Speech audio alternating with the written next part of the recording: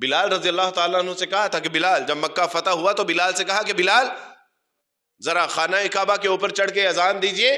تو بلال نے کہا کہ اللہ کے رسول میری آواز تو اتنی اونچی ہے کہ میں صحن حرم سے بھی اگر اذان دوں تو پورے مکے کے لوگ جو ہے وہ میری آواز کو سنیں گے. رسول اللہ صلی اللہ علیہ وسلم فرمایا کہ بلال تو بھی بول رہی ہے. وہ کتنا بول رہا ہے میرا بلال.